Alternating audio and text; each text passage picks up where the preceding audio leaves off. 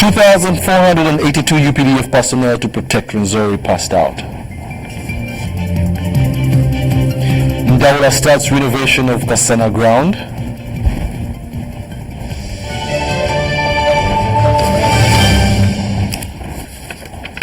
And of course, we'll be giving you new updates on cabinet reshuffles within the bulletin. However, in our top story today, President Yoweri Museveni has highly commended the Catholic Church in Uganda for interacting with the youth at annual gatherings, pointing out that adolescents are always in danger if not properly guided. The 5-day conference attracted the youth from the 19 Catholic dioceses in Uganda and ran under the theme, "I am the servant of the Lord, may it be done to me according to your word." We take a look.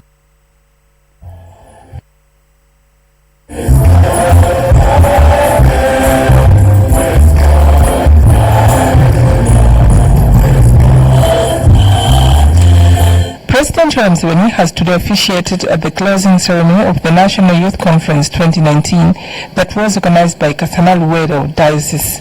The 5-day conference attracted the youth from all the 19 Catholic dioceses in Uganda and ran under the theme, "I am the servant of the Lord, may it be done to me according to your word."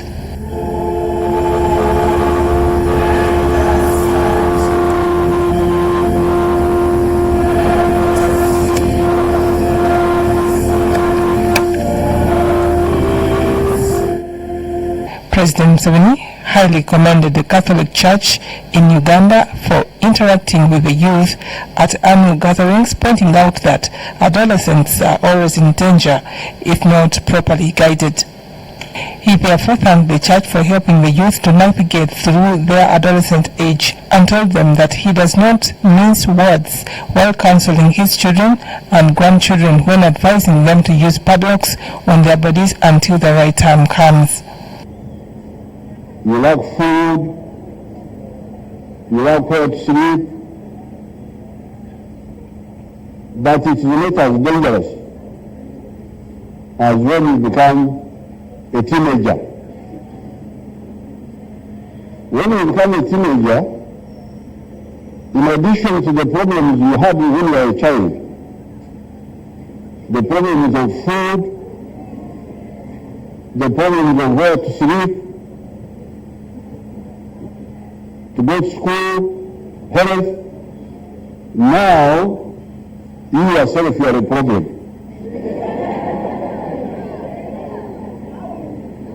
Because you become mature, you become sexually active,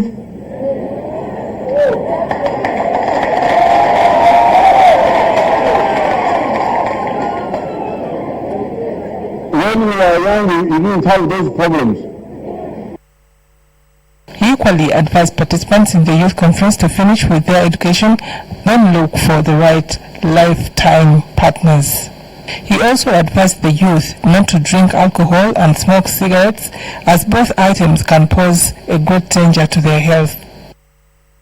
On the issue of jobs and wealth, President Museveni told the youth that sectors where one can find both include commercial agriculture, industries, services, and information communication technology, ICT.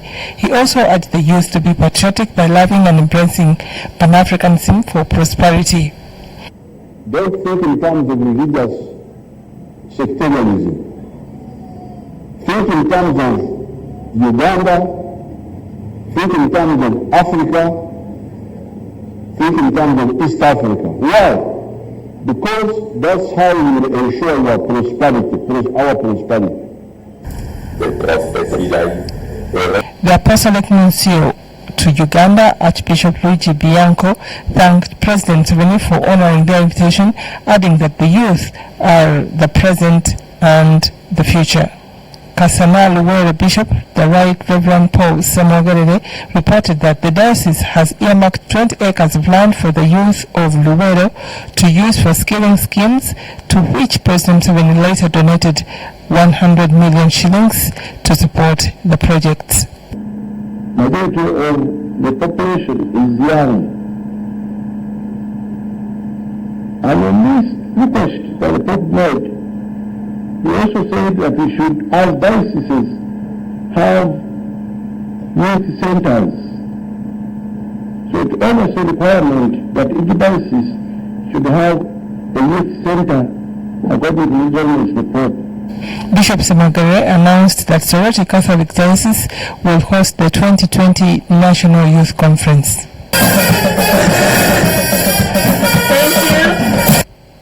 UBC TV, Harriet Nambi. And now in other news, in our latest development, in exercise of the powers vested in the President by Articles 99(1), 108(2), 108A1, 113(1), and 114(1) of the 1995 Constitution of the Republic of Uganda, President Yoweri Museveni has, in pursuance of the goals of the NRM and Ugandans in general, made minor changes to the cabinet. He has appointed persons listed below as Vice President, Prime Minister, Cabinet Ministers, Ministers of State, and Senior Presidential Advisors. His Excellency the Vice President, Honorable Chiwanuka Edward Sekandi. The Right Honorable Prime Minister is Dr. Ruhakana Rugunda. The First Deputy Prime Minister and Deputy Leader of Government Business in Parliament is General Moses Ali. The Second Deputy Prime Minister and Minister without Portfolio is Honorable Chirunda Chivejinja. The Minister of Education and Sports is Honorable Museveni Janet Kataha. The Minister for Presidency is Honorable Mbayo Esther Mbulakubuza. The Minister in charge of General Duties and also the Office of the Prime Minister is Honorable Businje Mary Karoro Okrut. The Minister of Disaster Preparedness and Refugees is Honorable Onek Hillary. The Government Chief Whip is Honorable Nankabira Sentamu Ruth. The Minister of East African Affairs is Major General Kahinda Otafire. The Minister of Security is Honorable General Eli Tumwine. The Minister of Defense and Veteran Affairs is Honorable Mwesige Adolf. The Minister of Foreign Affairs is Honorable Kutesa Sam Kahamba. The Minister of International Affairs is General J.J. Odong. The Minister of Trade, Industries and Cooperatives is Honorable Chambade Amelia Ani. The Minister of Finance and Economic Planning is Honorable Kasai Jamatia. The Minister of Energy and Minerals is now Honorable Chitutu Mary. The Minister of Tourism, Wildlife and Antiquities is also now Honorable Butime Tom. The Minister of Local Government is Honorable Raphael Majezi. The Minister of Works and Transport is General Katumba Wamala. The Minister of Lands, Housing and Urban Development is Honorable Kamia Betty. The Minister for Kampala and Metropolitan Affairs is Honorable Amon Betty. The Minister of Health is Dr. Acheng Jen. The Minister of Public Service, Minister of Justice and Constitutional Affairs is Honorable Kamutu Ephraim. Attorney General Anga William. The Minister of Water and Environment is Honorable Cheptoris Sam.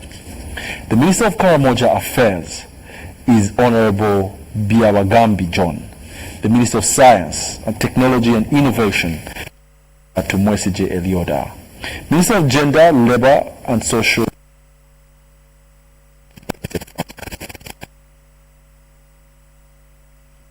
is Honorable Nabakova Judy.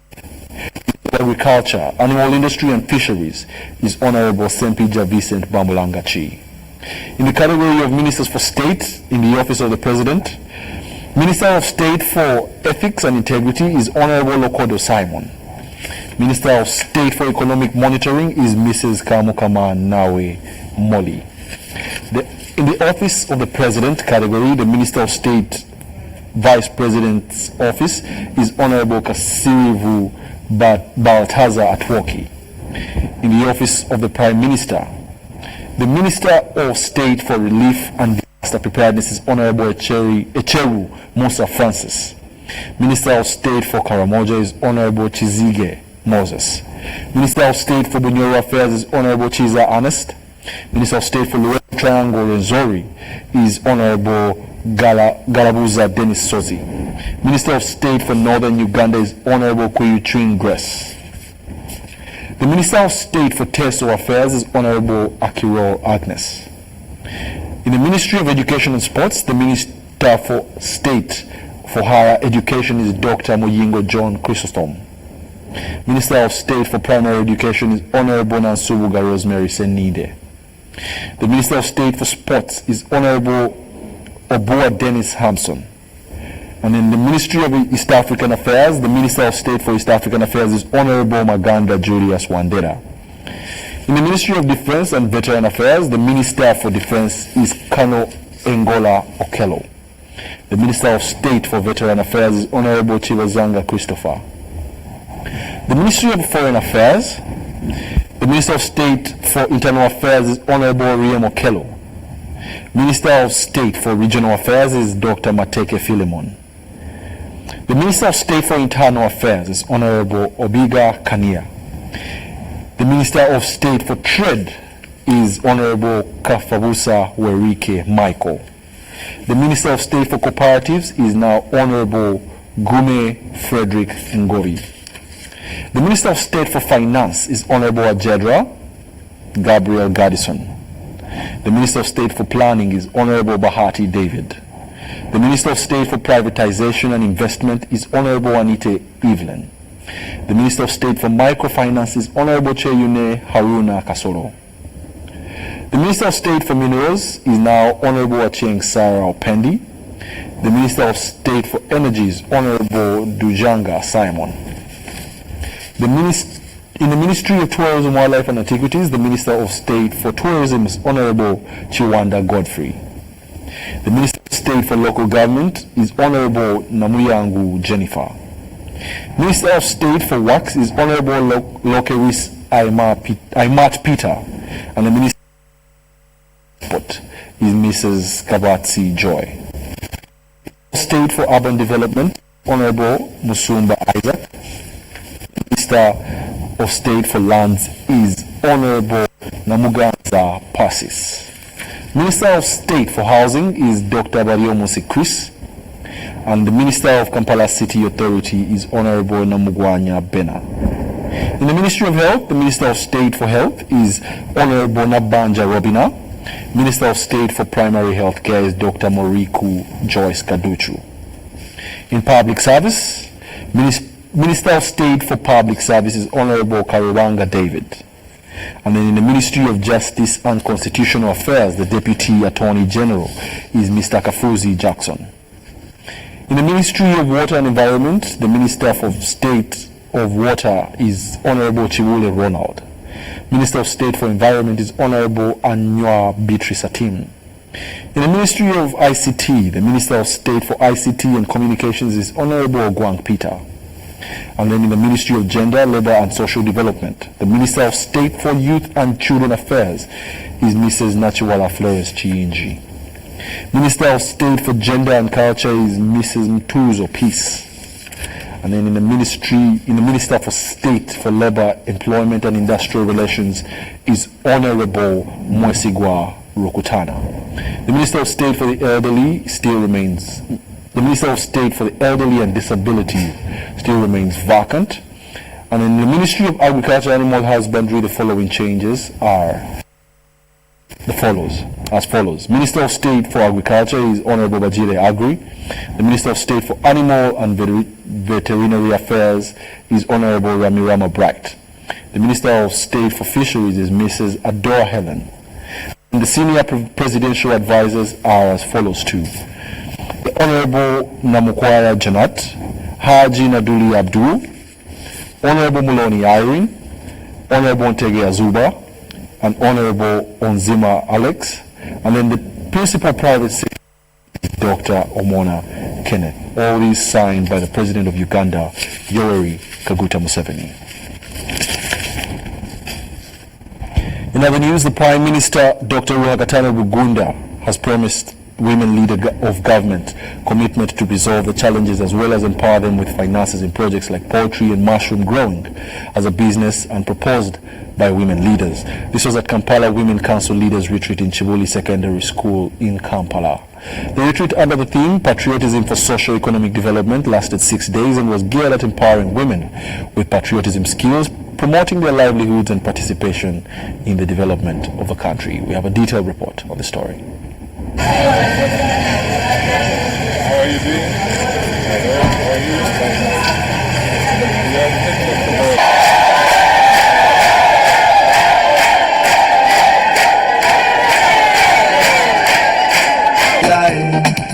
abeera kuzeereerera waake eggwanga libadde bubi nnyo katumwongereyo engaano ekijja ekyokumaliriza entegeka kubanga abo lino tukulaakulanya ate ng'akyali mbooko. We came to teach people what patriotism is all about and how they can use patriotism, being patriotic, to develop yourself. We've also had skills here. We have women from Chibuku who offered to come and teach these women skills. You have also decided to concentrate on a few issues that will be able to give you more money for your homes, for your families, and for the country. And therefore the selection of mushrooms was one of them, and chicken is actually a good idea, and the government will support your efforts in this direction. The other thing we talked to them about was it might not be the president with the problem, but the people in office, we in office, have not done what we're supposed to do, because the president is a human being like we are, and we're supposed to help him, because we have very many offices that can try to simplify his work.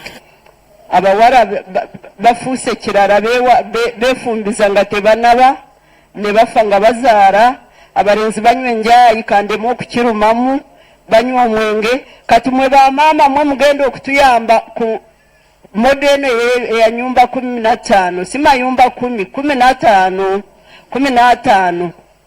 Ffe tuli ready okujja wansi mu divisions okubibayigiriza bwe tuba tufunyeyo entambula. I want to assure you that all the points you have made,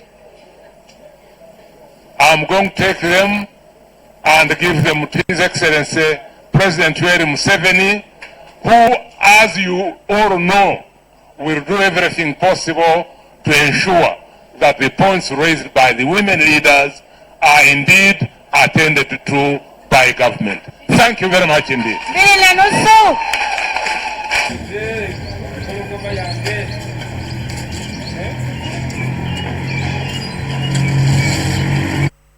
In more news, Rwanda and Uganda are yet to agree on a common position in overcoming concerns that led to the closure of Katuna border connecting the two countries.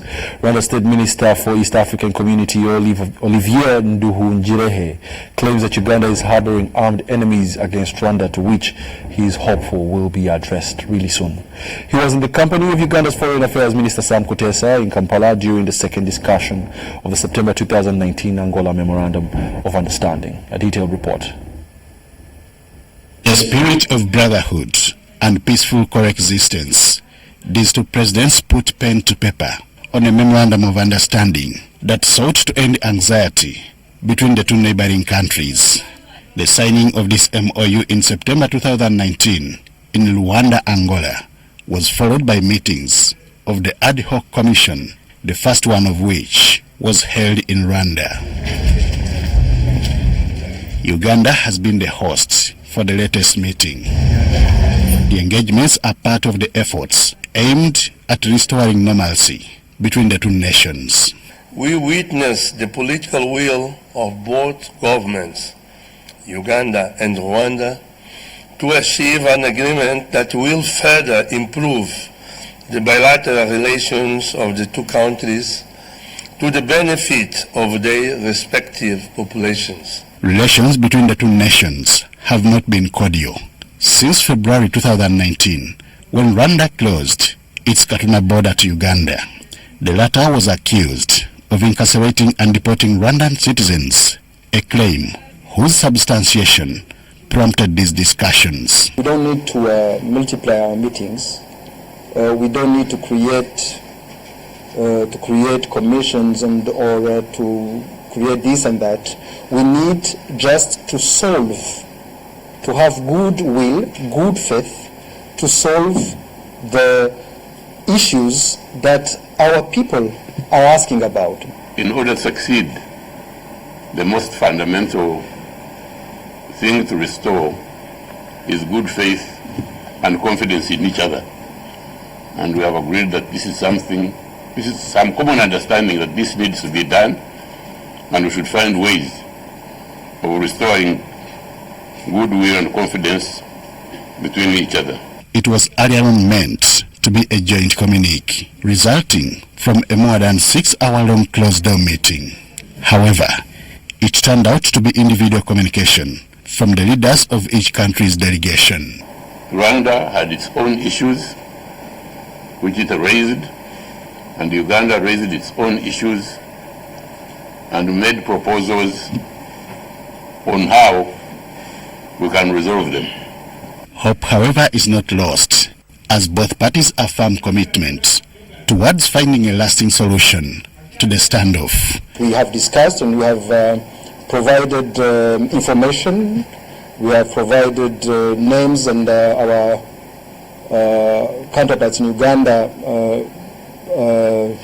promised to look into the information that we have provided, because we believe as Rwanda that this is the core of this issue, or this crisis that we are facing. For now, Rwanda advises its citizens to stay away from Uganda until the outstanding issues are addressed, including a claim of harboring Rwanda's enemies. As for the recent shootings that saw Ugandans killed by Rwanda's security personnel, this is what the leaders of the two delegations had to say. Those smugglers using panya routes at night didn't facilitate that situation, but it's unfortunate. It's an unfortunate situation, and we believe that we should work together, Uganda and Rwanda, to ensure that we promote trade, legal trade, and the use of legal border posts instead of allowing this kind of trade to happen. Some of these are very petty crimes that have been committed, maybe whether it is smuggling or crossing the border on foot. We think the killings were unfortunate and condemnable. In the Rwanda MOU, President Paul Kagame and Yoweri Museveni agreed to actualize some resolutions, including protecting rights and freedoms of nationals at both ends. The belated meeting, held on Friday 13th December 2019, had earlier been scheduled for November 18th, only for Rwanda to request for an extension. Henry Okurut, UBC. In rather unfortunate news, 3 people are feared dead in the floods that engulfed Entebbe Road following torrential rains early this morning. Household property was also destroyed, and unparalleled traffic jam witnessed on the Entebbe Road Zana stretch. We'll take a look. The impact of climate change was this morning felt around Zana on Entebbe Road, as a stretch of the road and neighboring villages was submerged by water runoffs.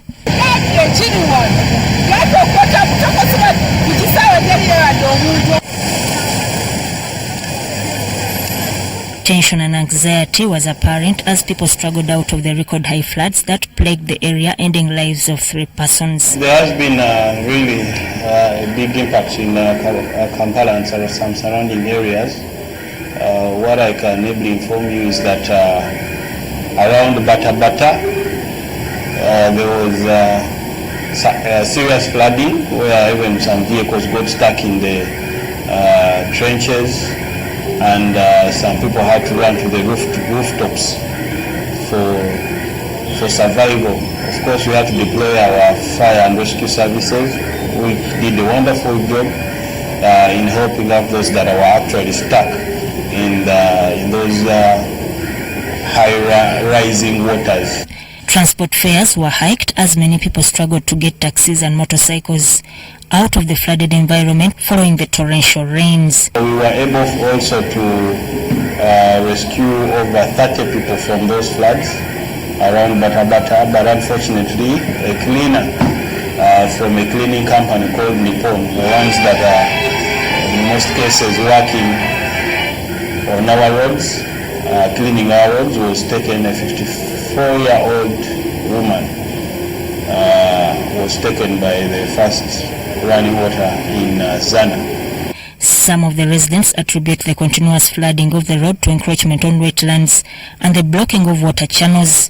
The deputy police spokesperson, Kampala Metropolitan Luke Owesigire, said 3 lives were lost. There was also an incident in Sembule, that is a Rubaga division, whereby an old woman, 44 years of age, called Naiga, was trying to hang clothes on the wire. Unfortunately, this wire, because of the heavy rains, had gotten in touch with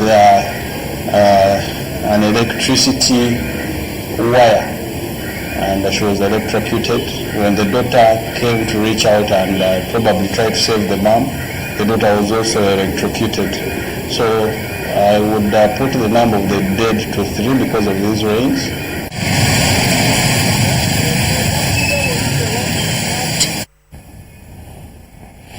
In other news, government is re-undertaking a geodetic reference frame for new curvature for effective land administration in Uganda across its borders and regions.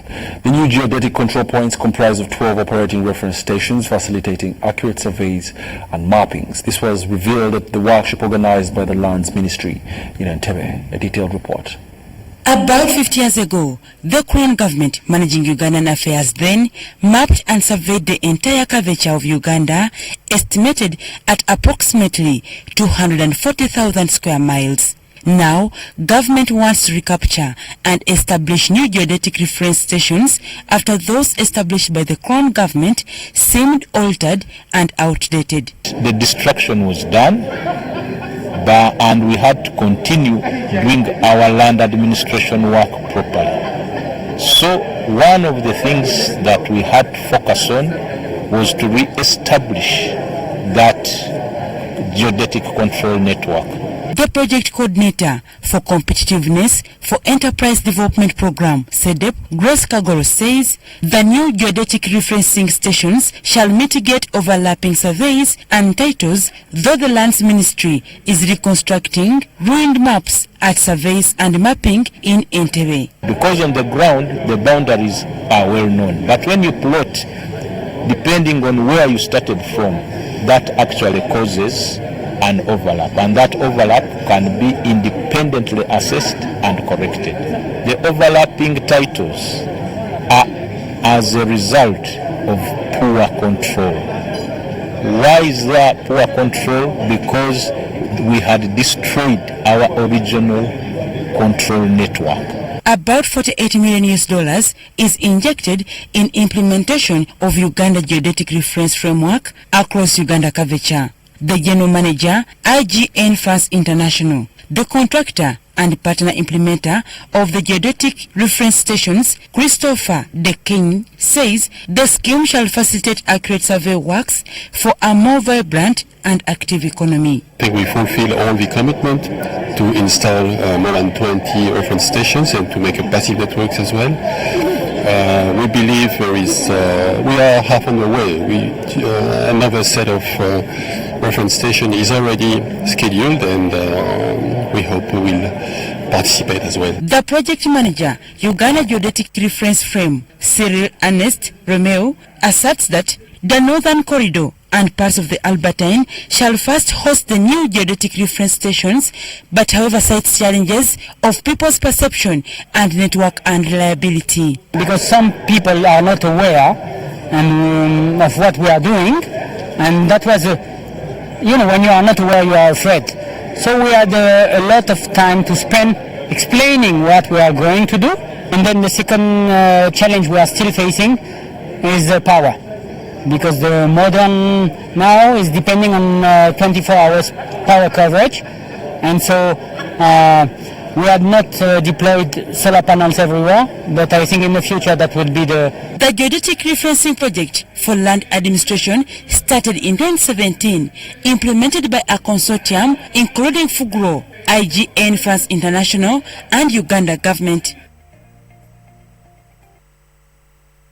In other news, the Uganda People's Defense Forces has passed out 2,482 soldiers at Kavera Barracks, Himas Training School in Kasese District. The Commander 309 Brigade Colonel Justice Besasira said that the 5 months training was aimed at empowering the soldiers with warfare skills. that they are ready for deployment and will perform as per the task at hand. The Commander Mountain Division, Brigadier General Moses Kwikiriza, has commended UPDF soldiers for appreciating skills development initiatives. This was during a pass out for freshly trained Mountain Division at a function held in Kasese.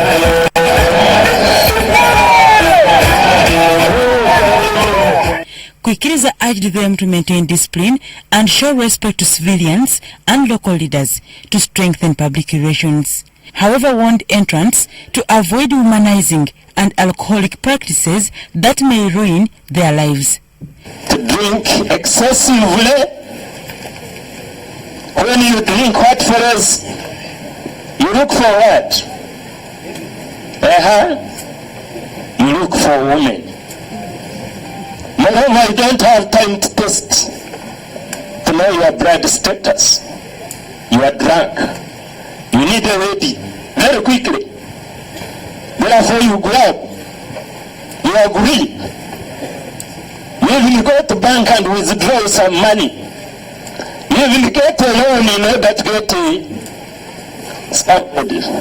But you are looking for danger. You are beating a pit for yourself.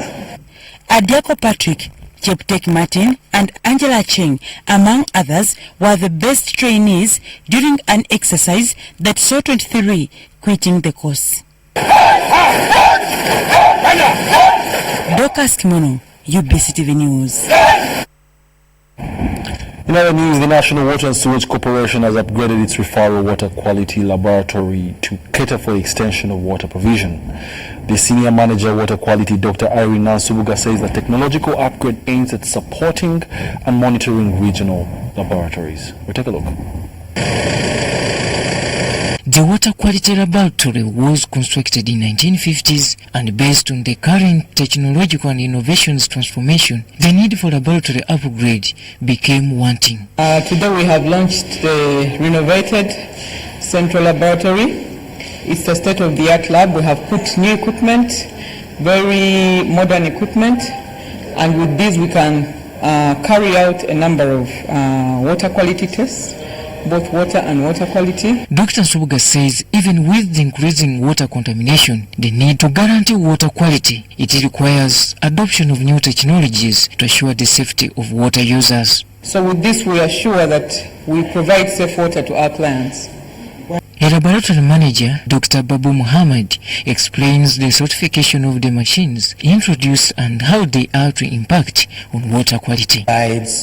We have an instrument called atomic absorption spectrophotometer with graphite furnace that can do a range of heavy metals.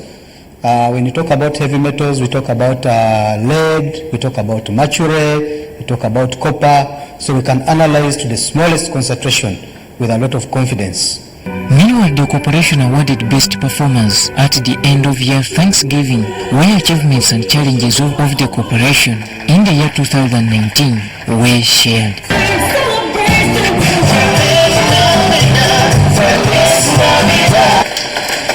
The total connections have increased from 275,000.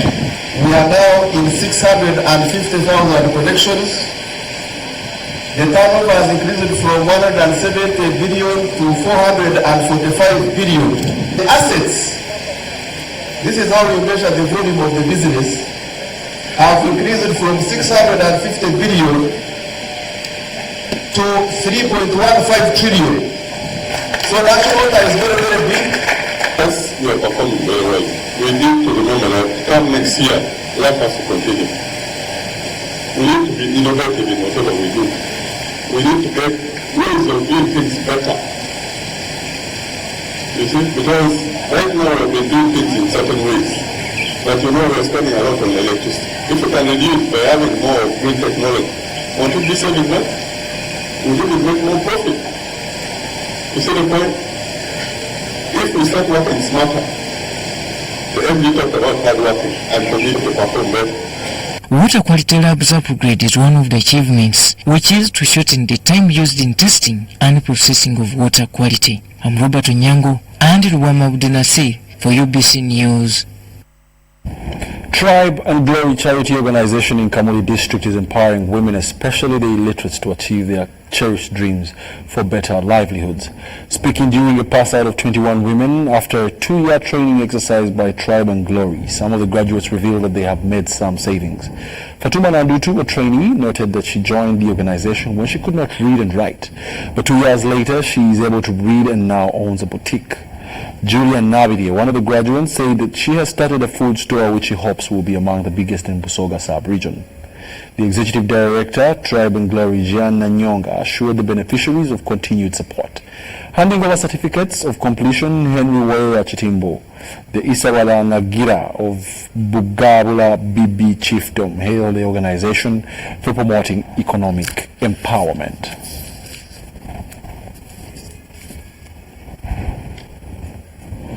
The inaugural 2019 Youth Budget Literacy Challenge has climaxed with stakeholders appreciating organizers for this effort that will help in enlightening the youth about national budgeting procedures.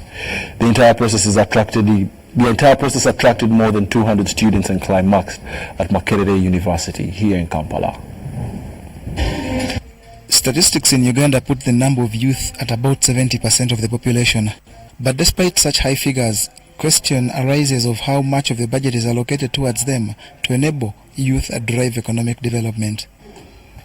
Many youth, even those at higher education institutions, struggle to conceptualize the budget, which is a nation's most important economic instrument. This, in turn, affects their involvement in the economic development of the country. So, in order to address that issue, Civil Society Budget Advocacy Group CSBAG has initiated a Budget Literacy Youth Challenge, whose first edition attracted more than 200 youth. First, we are encouraging them to participate. Number two, we are increasing awareness. And number three, it is one way of providing budget information. So in doing this, first we let them understand that actually the budget is the most important economic instrument the government can use to transform their lives. But also to understand that the budget also, if not implemented well, can lead to disasters. And some of the things that are making our budget not have an impact we want is, for example, misuse and corruption, misuse of our resources and corruption. In a way that once money is appropriated, then services are not delivered. The challenge involved participants in different categories like poem, art and skit, all aimed at helping the youth understand the budget. Shane Katurebe won the poem category. Maurice Bwire was the best in art, and the PWD and elderly group of Budaka displayed the best skit to show budgetary knowledge. I went through a lot to compose this poem. Key among them, I looked at what could be done differently. If, for example, I was the Minister of Finance, how would I make a difference making a budget that can work for everyone? We have seen over the years that the budgets that have been prepared are not so inclusive.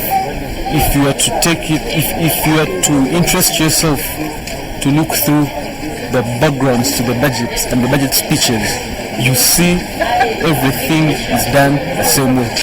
The Parliamentary Education and Sports Committee Chairperson Jacob Polot believes such education will awaken youth into proactivity to achieve budget aims. At least I am impressed about this kind of arrangement. It tasks the youth to be responsible in what touches them, instead of sitting aloof and just celebrating about their large numbers and whatever, when those large numbers may not necessarily translate into influencing decisions in the country. So when such an initiative comes up and one youth is engaged, then that youth is more likely to influence even many more, and as they shape our decisions and our budgeting process, it definitely brings in the system of system of the youth being key players in budgeting and other decision making. The challenger that climaxed with a cash reward to the best involved more than 200 youth from all education levels. John Barnes, Centamo, reporting.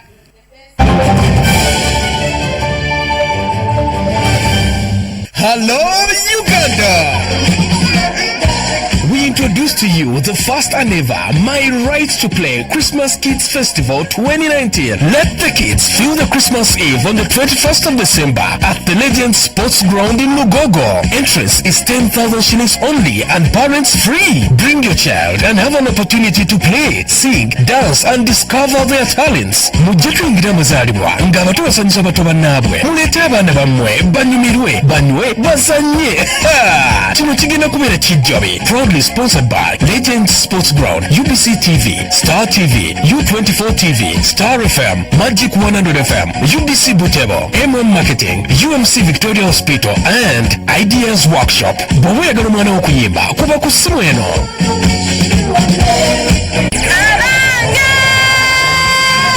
Omwezi gwatundayolesa Christmas 2019 guguno gugguse ku kisaba ky'e Nakivubo Bbulu Primary School jangu wekwata ekifo kyo amangu ddala mwana otundira ebyamaguzi ebyo atoona omugattako gw'ekibuga Kampala ng'ennaku z'omwezi 19 Desemba okutuusa nga 23 Desemba guwagiddwa UBC TV, Pepsi Cola, Bella Wine n'abanguka mu byefuna ku Star TV emunyenye y'eggwanga.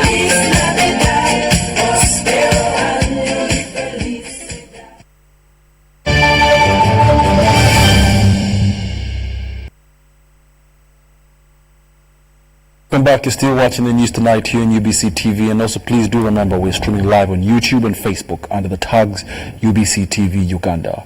In the world of business, the testing of genetically modified potatoes for resistance against the late blight disease at Kachwekano Zonal Agricultural Research and Development Institute has reached multi-locational trial stage. This stage has been reached after the genetically modified potatoes have shown resistance to the late blight disease. More on the story by Adiana Koti. Potato late blight disease affects potatoes by causing premature drying of leaves and can lead to 80 to 100% yield loss. The testing of genetically modified potatoes against late blight disease at Kachwekano Zonal Agricultural Research and Development Institute started in 2013 and has now reached multi-locational stage. This stage has been reached after the genetically modified potatoes have shown resistance to late blight disease. I'm very happy with the results that we are getting because this is a transgenic plant. This is yield per plant. This is one plant where the plant has genes for late blight resistance. But you can see for this one, where there was no genes for late blight resistance, we can compare the yields. This is made like 40 times or even 50 times more than the plant that did not contain the genes. As we have observed, the technology has worked. As you can see, this is our local Victoria, or what we may call conventional Victoria, which has not been transformed. You can see the plot. This plot is almost 70% diseased. And when you compare it with this one, this variety which has been transformed, you can see a very big difference. Actually, in Kabale, this conventional variety or this local variety which has not been transformed or improved, for it the disease is almost at 80% because Kabale has a lot of disease pressure and the effect of the disease is higher compared to here. In all these trials, farmers are involved in order to understand the procedures the testing has to go through. The farmers should be involved so that the science is anchored in the community, or the society should know how we are moving or how the research is ongoing from the point of inception and the point of environmental release, so that the product that is to be released should not be foreign to the farmer or the society. They should own the whole process. So it's important to engage the community. The potatoes are now being tried in potato growing regions of Chigezi and Elgon in confined fields. Late blight leads to loss of foliage. The foliage becomes diseased, and we are all aware that it is the foliage that is involved in manufacture of starch, which is stored in the tubers, and therefore if the materials don't have foliage, therefore you cannot expect any yields within the potatoes. But we have already seen that the transgenic invent is already performing very well, and it is yielding higher than the non-transgenic event, which is the normal Victoria, which you have always been having. The Genetic Engineering Regulatory Act of 2018 was passed by Parliament but has not been signed by the President. This means that any genetic agricultural material cannot be released to the farmers. Adiana Kute, UBC. Cereal farmers in the Sinjiro district might take longer to harvest due to climatic change, keeping the gardens green. The predominantly semi-arid areas characterized by crop failure due to drought is now experiencing daily rainfall, which the farmers say is affecting their food quality. This was at a training using the farmer learning platform model. We take a look. Climate change in Uganda and across the region is real and biting hard. According to some agriculturalists from Sasakawa Global 2000, they have been promoting drought-tolerant and quick-maturing varieties from research stations, but this season has turned the technology upside down. But this year, it has gone to an extreme that we have got excessive rain, and the farmers have lost crops, which we had not prepared for adequately. But I think when you look at the farmers whom we had trained, they are testifying that they have harvested something. When, for example, when you look at the beans which we demonstrated, farmers are saying the beans have been withstanding. Ideally, it's meant to be a brown farmer's field there, but because of climate change, our crops are still green, much as we are in December. We are visiting a community demonstration plot, millet in particular, and the variety is called Seremi 2. We demonstrated to the farmers the improved agronomic practices that they should be practicing if they are to have high yields and fight food insecurity in their homes.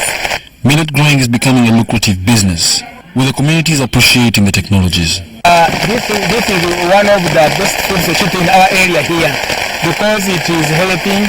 For millet, it cannot be get like monster to destroy it. Can't be spoiled. It can't be spoiled. It can actually store it for many years. The LC3 chairman Mbale sub-county Isinjiro district, Padini Wabine, appreciates the new technologies for food security. People at first were not feeling happy to use fertilizers, thinking that fertilizers is it reduces the fertility of the soil. But now they have come to know that it is not reducing, instead it is increasing, because the harvests are more than before. The Farmers' Day was characterized by exposure to various post-harvesting technologies geared at improving food security. Story compiled by Douglas Etumba for UBC News. Government of Uganda has lauded investors into Uganda as a move viewed as a catalyst for economic growth. The renowned businessman Sudhir Ruparelia challenges both upcoming and already existing entrepreneurs to create their own businesses and desist from relying on government support. He was speaking during the opening of a shopping union and new supermarket at the recently commissioned Kingdom building in Kampala. Economies across the world are slowing down. And according to renowned businessman Sudhir Ruparelia, Uganda is not an exception. So, is there a possible solution that he has in mind? You know, unless this country ends up finalizing oil, we will walk like this. When the oil agreement is signed, and 6 months after that, we will start climbing up. Otherwise, hold your horses. This is not because Uganda has been reluctant on improving its economy, especially with its open door policy to private investment. People are paying their taxes, they're paying import duties, they're paying VAT, they're paying everything. So it's important that everybody who, the government supports, they support the government back. By all standards, setup and organization, typically, this is a supermarket. It may be new, but not the first multi-billion enterprise to open up in Uganda with similar products. What is unique here is that the aspect of value addition has been embraced to make it more competitive to sell agricultural produce. Because this is somehow we call it value added. This technology is very simple, and Uganda has one of the best groundnuts and the best agricultural products in this world. Through this value added, we are not only meeting the demand of Uganda. I think we can export this one to the neighboring country. Ugandans have learned from this that they can also have another way of processing their things and packing them. Like those ones in Uganda, they are like fra, but these ones they are not. Their nature is like the way they are already naturally made. The success of such enterprise goes hand in hand with branding, which has been employed here for easy accessibility by customers. Instead of importing from China, we can also make it here. It is a small investment, but this one has big market. We can even export to China. Before the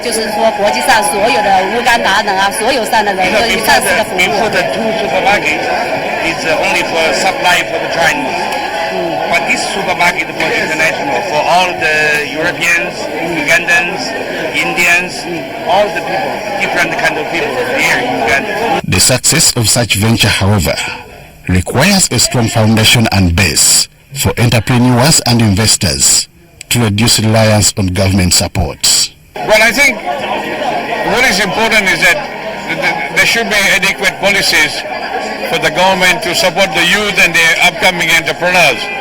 But I think good entrepreneurs should not need government to support them. Good entrepreneurs must find their own way in life, create their own journey, and become successful. Henry Okurut, UBC.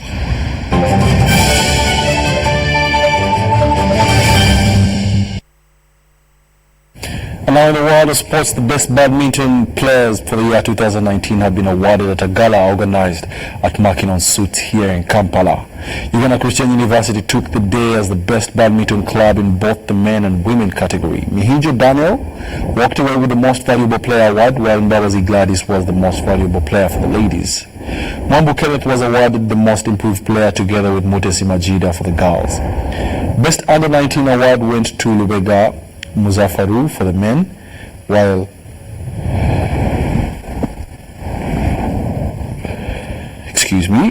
the ladies Natasha Rajib won accolade. The organizer for the event, Jacob Chirabu, was also the head of the KFK Badminton Academy that looks at taking the game into the airlines as well as more competition at the international level. This is the first time badminton awards of this nature are organized, promising to involve other stakeholders to make the awards bigger. 2019 has been a successful year for badminton winning levels at the Commonwealth Games. Clubs that compete in the league were equally awarded as UCU scooped the men's club award, beating Chibuli and Ndeje. Relatedly, with the 2019 National Association of University Sports getting underway on Monday, Ndeje University alumni have, during their get-together, drafted a roadmap to use sports to promote the institution. This, they think, is what they need because sports has played an integral role in the university's significance over its 26 years in existence. It's only in Uganda where the role of alumni bodies of tertiary institutions isn't emphasized, yet they play a big part in the development of their alma mater. Ndeje University is now trying its best not to belong to that category of Ugandan universities with formation of an alumni body. The proponents believe that this will help the university in many ways, notably soliciting of funds like is done by most institutions in the Western world. That alumni contribute a great deal to the advancement and development of the alma mater, the universities where they have studied. And here at Ndeje University it has been a missing link because we have got so many challenges springing from scholarship, improving the teaching, research, community engagement, All of these require resources. And yet, when we educate these alumni and they go out, they are supposed to contribute. Most of them are in very responsible positions and they are people who are capable. Ndoje will, for instance, use funds collected by the alumni to facilitate sports, which is a pivotal niche in the history of the university. John Barnes, Ndamo, reporting. In more sports news, Kasala Playground in Bulemezi County, Luwero District has for many years provided home to many footballers. These have, however, had to endure torturous conditions, especially during the rainy season, since most of the field becomes muddy. This is soon ending after intervention by Luwero District LC5 chairperson Ronald Ndaula. This is Kasana Playground in Bulemezi County, Luwero District, home to 2019 Masaza Uganda football champions Bulemezi. This age-old ground, however, faces one major problem of being grassless and thus suffers effects of the rainy season becoming muddy and soggy and thus unplayable. This, however, is about to end following intervention by Luwero District LC5 chairperson Ronald Ndaula, who has launched a playground refurbishment campaign to make it an all-green ground. And hopefully we believe the Kabaka of Uganda will open next year's tournament on this very pitch. So we decided as a community to repair the turf. We have been playing on their ground.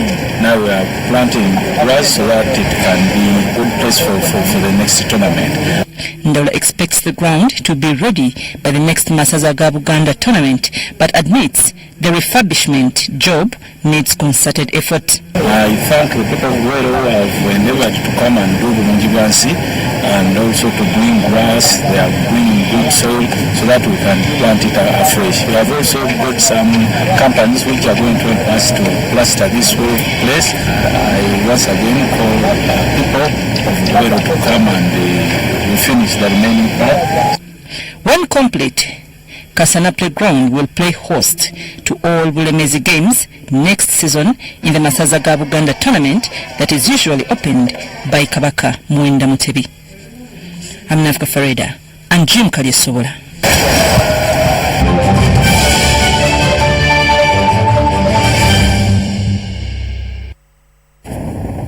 And that brings us to the end of our bulletin tonight. However, let's take a look at tonight's top stories before we say goodnight. President Museveni reshuffles cabinet.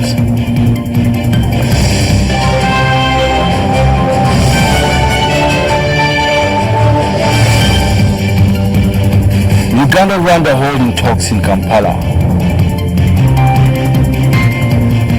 2,482 UPDF personnel to protect Rwenzori passed out. Ndaula starts renovation of Kasana playgrounds, and that was in sports.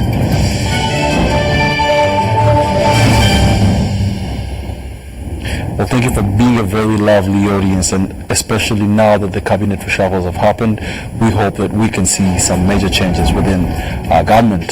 Thank you for being a very lovely audience. My name is Wadulo Markanold, and on sign language is Elizabeth Makakoni. Have yourself a good night.